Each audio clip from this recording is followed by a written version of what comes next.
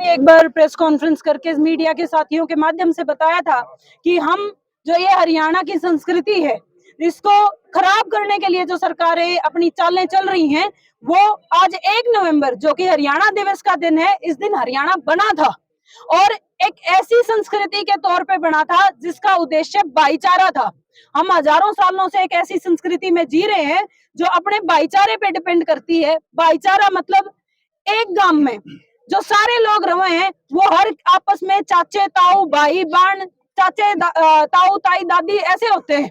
ऐसे ही जो समगोत्र है उसमें जितने भी लोग हैं वो सारे लोग आपस में रिश्तेदार हैं, मतलब बहन भाई हैं, चाचे ताऊ हैं, दादे हैं या महिला है तो वो उसके हिसाब से नाते हैं। ऐसे ही जो हमारे गुआंढ है, गुआंढों में जो सीम लगते हुए गुआंढ है वहां हमेशा एक परंपरा चली है, आपस में हमने न्योंदे निंदार करे। न्योंदे निंदार का मतलब होता है एक दूसरे के सुख दुख ब्याह शादी हर जगह जाना, मतलब वो हमारे गांव जैसी ही चीजें होती हैं जिनसे यूं क्या करें भाई, जिस गांव गलत डोरा मिला उस गांव में और उस गांव में दूसरे गांव में कोई फर्क नहीं होता। जैसे कि मैं पेटवाड़ गांव की बेटी हूँ और मेरे से जिन गांव की सीम मिलती है, जैसे मेरे से खंडा की सीम मिलती है, बकलाना की, उगाड़न की, नानुन की, तुराना की, पाली की, ऐसे कई गांवों की माजरा की सीम मिलती है। मुझे पेटवाड़ में और इन सारे गांवों में कभी भी अलग नहीं देखा जाता। जब कोई बारात हमारे यहाँ से जाती है वो इन सारे गांव की और इस गोत्र की और उस गांव की 36 बिरादरी की ध्यानियों को, ध्यानी मतलब जो बाण बेटी है जो वहां पे ब्याही गई है उस गांव में जहां बारात गई है उसको मान के आते हैं। तो इन सारे गांव में शादियां कैसे हो सकती हैं? इसके साइंटिफिक रीजन भी हैं, आप सब लोगों को पता है। हमारे पास लिखित में बकायदा सारी चीजें हैं कि क्यों इन सारी चीजों में, इन तीनों चीजों में शादियां नहीं होनी चाहिए। और जब स्टेट एक्ट हो सकता है भाई, मैरिज एक्ट में संशोधन करना, उसे बढ़ाना ना बढ़ाना ये स्टेट की जिम्मेवारी है, तो आज तक कानून क्यों नहीं बना? इतने लंबे समय से हमारे खाप की सरदारी को बदनाम किया गया कि ये ऑनर किलिंग करते हैं, ये तो इसलिए ये करवाना चाहते हैं। अगर ये एक्ट बन जाता, इनको क्या जरूरत थी ऑनर किलिंग की?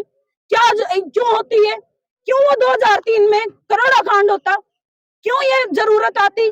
मैं ऑनर किलिंग को सपोर्ट नहीं करती, लेकिन इसकी जिम्मेवार वो सरकारें ही हैं या मौजूदा सरकारें हैं जो इस एक्ट को नहीं बनाती। अगर ये एक्ट बन जाएगा, क्यों तो गांव की गांव में शादियां होंगी, क्यों गांव की गांव में बच्चे आपस में एक साथ रहने लगेंगे, क्यों एक गोत्र में बच्चे शादी करेंगे साथ रहने लगेंगे, और क्यों ही गुआंढों में और खापों को क्या जरूरत पड़ेगी इस तरीके की ऑनर किलिंगों को अंजाम देने की? तो मैं ये बात कहना चाहती हूँ, ये लड़ाई इतनी जरूरी थी कि हम महिलाओं को सामने आना पड़ा। पहले आप लोग कहते थे भाई महिला ने ये लड़ाई नहीं लड़ी, मेरी खाप सरदारी ने ये बोला है। आज आप सारे मेरे दादा और खड़े हैं, आप पूछ सकते हैं कि ये लड़ाई मैं लड़की होने के नाते से अगुवाई करके लड़ सकती हूँ। तो मैं आप लोगों को बताऊं, मैंने जैसा कि अपने वक्तव्य में भी बताया कि मैं हर गांव से जितनी भी पंचायतें हैं हर पंचायत का रेजोल्यूशन लूंगी भाई, चाहे वो मेरे से 6800 समथिंग पंचायतें हरियाणा में, मेरे से जितनी पंचायतों में पहुंचा जाएगा, 2000 में पहुंचा जाए, 3000 में पहुंचा जाए, मैं रेजोल्यूशन लूंगी बकायदा पंचायत का, पंचायत के सिग्नेचर के साथ, स्टैंप के साथ। और हम इकट्ठा चल के, खापों ने तो पहले से ही लड़ रही है, जब खाप पहले से ही लड़ रही है और वो पंचायत का रेजोल्यूशन मतलब गांव का रेजोल्यूशन होता है। पंचायत कौन होती है? खट्टर सरकार ना मानने पंचायत कौन होती है, लेकिन हमारे लिए हमारा राष्ट्रपति गांव का, प्रधानमंत्री गांव का न्यायालय पंचायतें हैं और खापे हैं। तो खापे पहले ये लड़ाई लड़ रही हैं, अब पंचायतों का भी मैं एक एक का सपोर्ट लेटर प्लस एक एक गांव में जाके मैं खुद महिलाओं की पंचायत लूंगी, ताकि हम अवेयर कर सकें। जब तक ये सरकार कानून ना बनाए, कम से कम हम जाके महिलाओं को बताएं कि ये क्यों नहीं करना चाहिए। क्योंकि जो ऐसे मामले होते हैं 95% लड़कियां सुसाइड कर जाती हैं बाद में, जब तक, क्योंकि ये होते हैं बहुत कम उम्र में, 17, 18, 19, 20 साल की उम्र में बच्चा ऐसा काम कर देता है। जब उसको समझ में आती है तो ज्यादातर लड़कियां सुसाइड कर जाती हैं। तो मैं ये नहीं चाहती कि लड़कियां इस तरीके के कदम उठाएं। पहले ही लड़कियों के लिए काम करने की बहुत ज्यादा जरूरत है। तो मैं सबसे पहले, जो ये समाज में कुरीति हो चुकी है, तो हम अपनी संस्कृति को बचाएंगे और हरियाणा को बचाएंगे। जी, जो सामाजिक मुद्दा है जो आपका, ये कहीं राजनीतिक मोड़ ना ले जाए। ना मेरे पहले किसी मुद्दे ने राजनीतिक मोड़ लिया है, ना मैं पहले किसी समाज की बात में मैंने राजनीति करी है, ना ही आज मैं इस बात पे राजनीति करूंगी।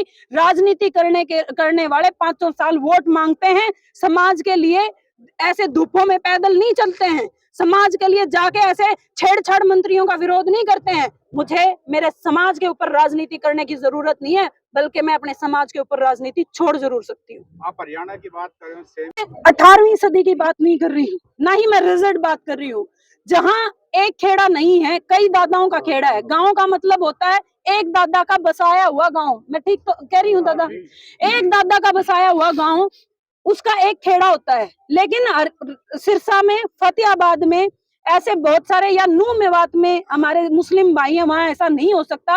और सरसा फतेहाबाद में इसलिए नहीं हो सकता क्योंकि ज्यादातर लोग राजस्थान में अलग अलग जगहों से आए हैं और उनके कई खेड़े हैं, अपने अलग अलग खेड़े, मतलब अपने अलग अलग दादा हैं जिसको हम पूछते हैं। हरियाणा में खेड़ा पूछता है, तो अलग अलग खेड़े हैं, उस गांव का एक खेड़ा नहीं है। जहां ऐसा होता है वहां हमें कोई एतराज नहीं है।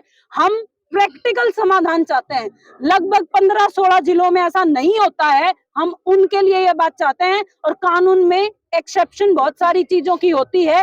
वो जो जिले हैं जहां ऐसा होता है या वो गांव है, उन्हें हम एक्सेप्शन के आधार पे रखेंगे। ऐसे तो शहर भी हैं, शहरों में बहुत सारी जगहों से लोग रहते हैं भाई। ऐसे तो 82 उपमंडल हैं, वहां पे भी जैसे नारनौंद है, उधर आगे अगर हम बात करें बहुत सारे और महम है, वहां अलग अलग गांव के लोग रहते हैं भाई। जहां एसडीएम बैठता है या जहां डीसी बैठता है वो भी एक्सेप्शन में आएंगे वहां, क्योंकि अलग अलग गांव के लोग आके रहने लगे हैं। तो हम एक प्रैक्टिकल समाधान चाहते हैं, हम एक रिजल्ट समाधान नहीं चाहते हैं। प्रैक्टिकल समाधान ये है कि ये 15-16 जिलों में लागू हो सकता है, हमें उसमें करवाना है, करना चाहती हैं। लेकिन मैं आप मीडिया छायाकार बंधुओं के माध्यम से ये बात बताना चाहती हूँ, ये सिर्फ खापे नहीं है जिनको ये एक्ट चाहिए, ये हर आम आदमी है, हर वो लड़की है जो हरियाणा में पैदा हुई है, हर वो आदमी है, लड़का है जो हरियाणा में पैदा हुआ है। कोई 100 में से एक निकम्मा पैदा हो जाता है, लेकिन बदनाम सारे 100 हो जाते हैं। जी, एक खाप पहले भी ये लड़ाई लड़ चुकी है और अब आप ये लड़ाई टैग लगा हुआ है, तो इसको आप कैसे दूर करोगे? मैं एक बात बताना चाहती हूँ जी, आपकी नॉलेज के लिए। आप लोग भी लगभग सारे हरियाणा से आते हैं और किसी ना किसी गांव से संबंध रखते ही होंगे। पहले भी जो ऑनर किलिंग हुई है ना, पहले ये खापों ने करी है ना आज करती हैं। अक्सर माँ बाप, सामाजिक या भाई बहन या कोई फैमिली मेंबर अपने सामाजिक प्रेशर में आके ऐसे एक्ट करता है। खापों को सरकारों ने बदनाम किया है। खापे समाज को रास्ता दिखाने का काम करती है, ना कि समाज को भटकाने का काम करती हैं। अगर वो ऑनर किलिंग करती होती तो मेरे जैसी लड़की, जिसको खापों ने आगे कहा है पीछे थापी मार के बेटी तू लड़, तो यहाँ लड़ नहीं रही होती। हमें बड़े सुनियोजित तरीके से हरियाणा की संस्कृति को खराब करने के लिए खापों को बदनाम किया, क्योंकि संस्कृति का ताना बाना हमेशा खापे बना के रखती थी। और जो भी कभी भी कोई किलिंग, ऑनर किलिंग हुई है या इस तरीके का कोई एक्ट हुआ है, बहुत सारे मामले हैं, 2003 से शुरू हुआ था और अभी तक बहुत मामले हैं। अक्सर माँ बाप ने, भाई बहन ने, जो उनके घर के हैं या उनके किसी रिश्तेदार ने इस चीज को अंजाम दिया है, ना कि खापों ने। प्लीज आप लोग भी ये बात को लोगों को बताओ, आगे बताओ। हरियाणा या बाहर से जो भी मीडिया के साथी आए हैं, इस चीज की जिम्मेवार खापे नहीं थी और ना हो सकती हैं। जो समाज की बेहतरी चाहता हो वो इस तरीके का समाज को खत्म करने वाला काम नहीं कर सकता।